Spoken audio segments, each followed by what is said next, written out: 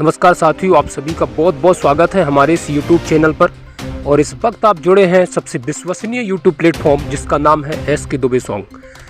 दोस्तों, आज एक बार फिर से हम छत्तीसगढ़ डीलिट की तरफ से बात करने वाले हैं और एक और महत्वपूर्ण खबर आज छत्तीसगढ़ से निकल के सामने आ रही है। आज छत्तीसगढ़ डीलिट के कैंडिडेट शिक्षा विभाग के दफ्तर आ पहुंचे। जैसा कि आप सभी लोग जानते हैं कि 2 अप्रैल को छत्तीसगढ़ के बिलासपुर हाईकोर्ट ने यह आदेश दिया था कि 6 सप्ताह के अंदर बीएड कैंडिडेट को प्राइमरी से बाहर करके और लिस्ट रिवाइज की जाए और इसके साथ डीलिट कैंडिडेट को 6 सप्ताह के अंदर ज्वाइनिंग दी जाए। 2 अप्रैल से आज काफ़ी दिन हो चुके हैं, लगभग 4 सप्ताह कंप्लीट हो गए हैं और केवल 2 सप्ताह ही शेष है। इसको देखते हुए डीलिट कैंडिडेट अपनी प्रोसेस को लेकर के जानकारी लेने के लिए आज शिक्षा विभाग के दफ्तर पहुंचे। काफ़ी संख्या में डीलिट कैंडिडेट थे और उन्होंने वहां पर शिक्षा विभाग के सामने अपनी बात रखी।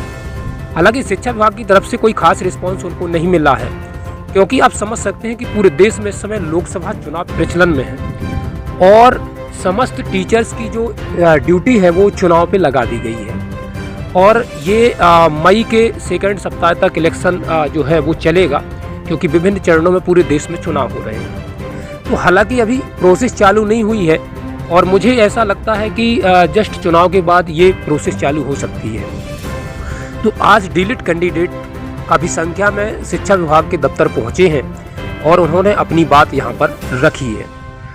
हम आपको यहाँ पर बता दें कि छत्तीसगढ़ में तस्वीर पूरी तरीके से क्लियर है। हालांकि बीएड कैंडिडेट 2 अप्रैल के ऑर्डर के बाद, जैसा कि वो हाई कोर्ट से हार चुके हैं, 2 अप्रैल के ऑर्डर के बाद Chhattisgarh BEd candidate Supreme Court पहुंच चुके हैं और 2 याचिकाएं उन्होंने लगाई हैं। एक 19 अप्रैल को लगाई थी और दूसरी 23 अप्रैल को। हालांकि दोनों ही याचिकाएं डिफ़ॉल्ट फॉर्म पे चली गई हैं और जैसे ही उनका डिफ़ॉल्ट क्लियर होगा 90 दिन के बाद तभी वो क्लियर हो पाएगा। लेकिन मैं आपको बता दूं कि सुप्रीम कोर्ट याचिका लेके गए हैं, इससे कोई फर्क पड़ता नहीं है, क्योंकि डीलिट कैंडिडेट ने छत्तीसगढ़ पे केवियट दायर कर दिया है और जो हाई कोर्ट का डिसीजन है वो यथावत रहते हुए और उसको सरकार पूरी तरीके से अप्लाई कर सकती है। अब ये देखने वाली बात होगी कि सरकार किस तरीके से अपना रुख रखती है या अपना पक्ष इसमें रखती है। जैसे ही 6 सप्ताह कंप्लीट होंगे, छत्तीसगढ़ की डीलिट टीम काफ़ी एक्टिव है, वो कोर्ट ऑफ कंटेम्प्ट लगा सकती है। वहाँ पर छत्तीसगढ़ शिक्षा विभाग के जो आला अधिकारी हैं, जिम्मेदार अधिकारी हैं, और उसको लेकर के कोर्ट उनको तलब कर सकता है और दंडात्मक कार्यवाही भी वहाँ पर कोर्ट कर सकता है, क्योंकि कोर्ट ऑलरेडी इस डिसीजन को बोल चुका है कि इस डिसीजन में कोई भी रिव्यू नहीं होगा और 6 सप्ताह के अंदर लिस्ट को रिवाइज करके बीएड कैंडिडेट्स को बाहर करना है और डीलिट कैंडिडेट को ज्वाइनिंग देनी है। देखने वाली बात होगी कि छत्तीसगढ़ सरकार किस तरीके से अपना रुख इस को लेकर के रखती है।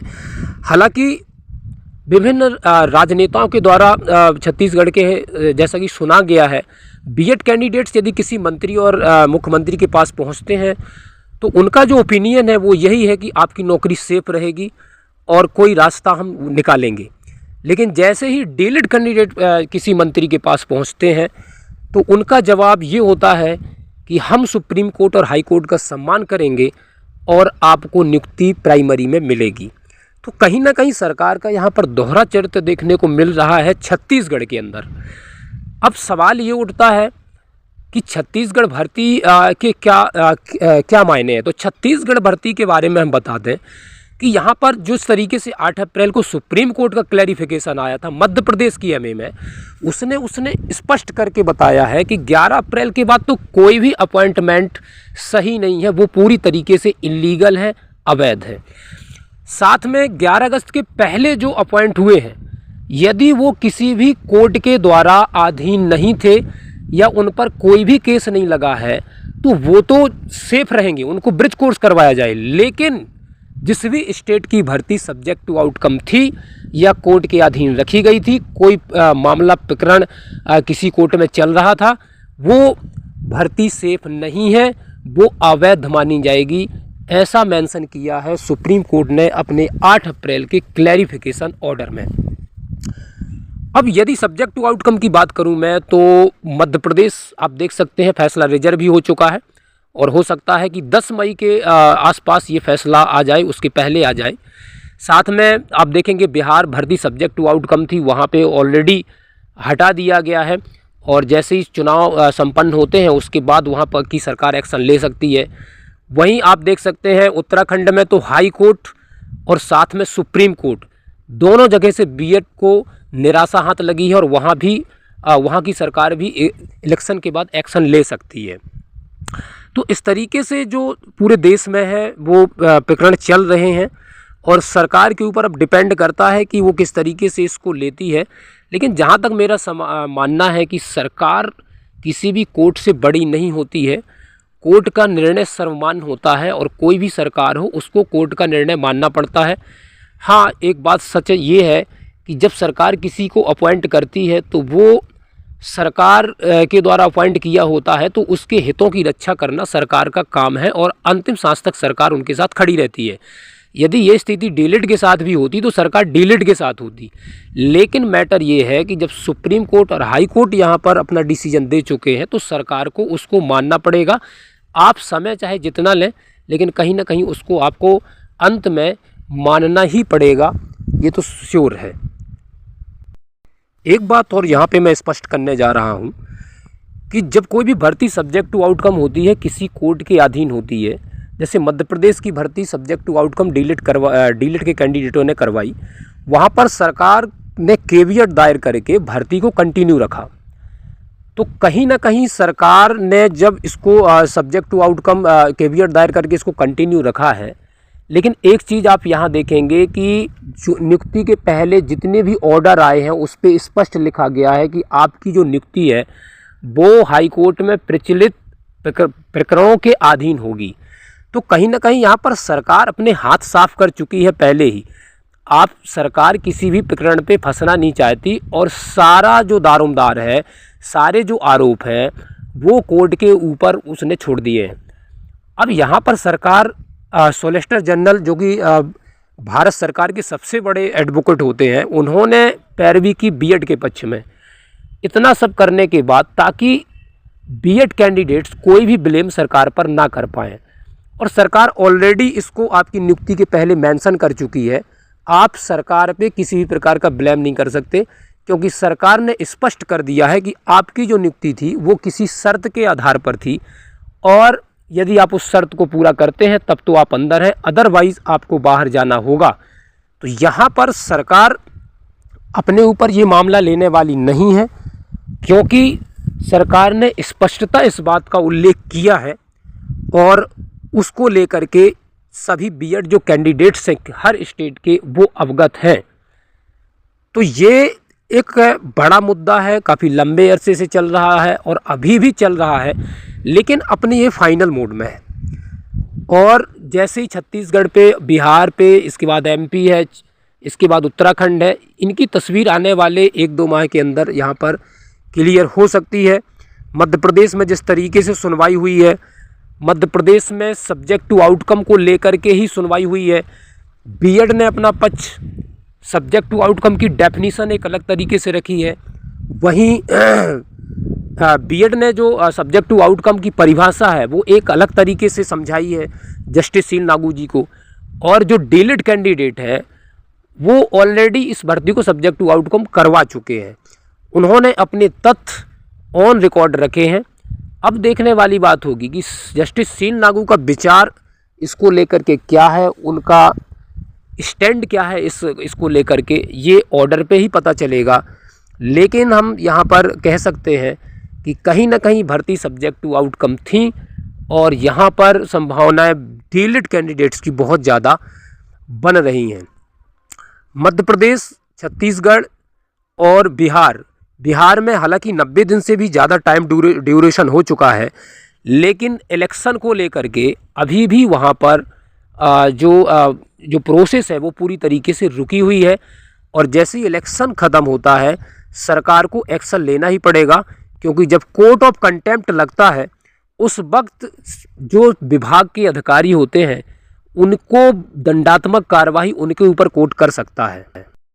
यहाँ पर यदि मैं बात मध्य प्रदेश की करूँ तो पूरे मध्य प्रदेश में भर्तियों का जो स्थिति है वो बहुत ही ज़्यादा गंभीर है। काफ़ी लंबे लंबे अरसे बाद भर्तियाँ आती हैं और नाम मात्र के पद दिए जाते हैं। पहले से अभ्यर्थियों को बताया नहीं जाता कि किस तरीके से कितने पद होंगे।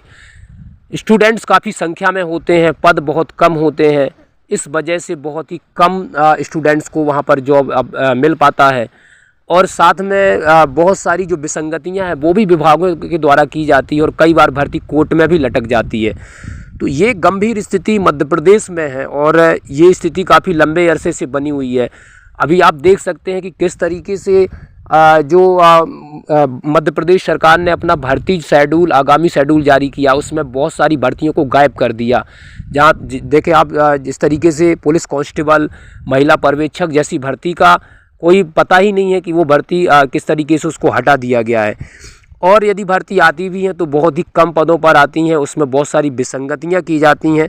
तो स्थिति बहुत ही गंभीर है और यहाँ पर जो ये डीलेड वर्सेस बीएड मुद्दा है उसका इतना हाईलाइट होने का कारण भी यही है क्योंकि जिस तरीके से यहाँ स्थितियाँ हैं वो बहुत ही ज़्यादा बुरी हैं।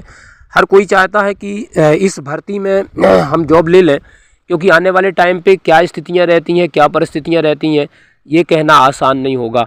तो ये कंडीशंस बनी हुई है और सुप्रीम कोर्ट ने अपने पूरी तरीके से जो फैसला दिया था वो एक क्लैरिफिकेशन की तरह ट्रीट नहीं किया था, उसको पूरी तरीके से रिव्यू बताया था। तो ऑलरेडी 11 अगस्त के फैसले का रिव्यू हो चुका है। अब मुझे नहीं लगता कि देश के किसी भी स्टेट से रिव्यू के लेकर के कोई व्यक्ति पहुंचेगा। हालांकि आपका अधिकार है, आप एक बार नहीं 100 बार सुप्रीम कोर्ट जा सकते हैं, लेकिन जिस तरीके से जो संवैधानिक प्रावधान है उसके तहत अब कोई भी याचिका आपकी एक्सेप्ट होने वाली नहीं है। या तो रजिस्ट्रार लेवल से वो कैंसिल होगी या फिर आपको बैकग्राउंड चेंज करने पड़ेंगे। यदि आप बैकग्राउंड चेंज करते हैं तो कहीं ना कहीं वो जो आपकी याचिका है वो मूल मुद्दे से हट जाएगी। तो स्थितियाँ यहाँ पर डीलेड के पक्ष में हैं। अब बात यह है कि सरकार बीएड के पक्ष में है और वो उनकी नौकरियों को बचाना चाहती है, लेकिन ये देश संविधान से चलता है। यहाँ पर जो भी न्यायालय का आदेश है वो मानना पड़ेगा। न्यायालय अपनी औकात में आएगा तो सरकार नहीं, हर किसी को झुकना पड़ेगा। जैसा कि आपने 7th फेज में बिहार को देखा होगा, किस तरीके से अटॉर्नी जनरल जो बिहार के हैं वो पहुँचे थे, लेकिन जब सुप्रीम कोर्ट ने फटकार लगाई तो सेकेंड टाइम वो ऑलरेडी बीएड की तरफ से नहीं, डीलेड की पक्ष से खड़े हो गए थे। तो यहाँ पर न्यायालय में जो सुनवाइयाँ हैं वो कोई खेल नहीं है। बात यह है कि टाइम लगता है, धैर्य रखने की ज़रूरत रहती है, पैसा लगता है। मध्य प्रदेश में करोड़ों रुपए खर्च हो चुके हैं अभी तक और मध्य प्रदेश डीलेड टीम ने काफ़ी संघर्ष किया है, दिन रात एक किए हैं इस केस को लेकर के। यदि आप चैनल पे नए हैं तो इस चैनल पे यदि आप नए हैं तो इस चैनल को सब्सक्राइब जरूर करें और यहाँ पर जो भी वीडियो है उसको ज़्यादा से ज़्यादा लोगों तक शेयर जरूर करें, क्योंकि बीएड वर्सेस डीलेड जो मुद्दा चल रहा है उससे रिलेटेड हर स्टेट की खबर आपको इस चैनल पे लगातार मिलती रहेगी। कंटिन्यू विजिट करते रहें चैनल पे। साथ में मैं आपको बता दूं कि बागेश्वर धाम से संबंधित वीडियोस पाने के लिए इस चैनल को सब्सक्राइब कर सकते हैं। एंटरटेनमेंट, म्यूजिक से रिलेटेड वीडियो पाने के लिए आप सब्सक्राइब कर सकते हैं। एजुकेशन, इन्फॉर्मेशन से रिलेटेड के लिए आप भी सब्सक्राइब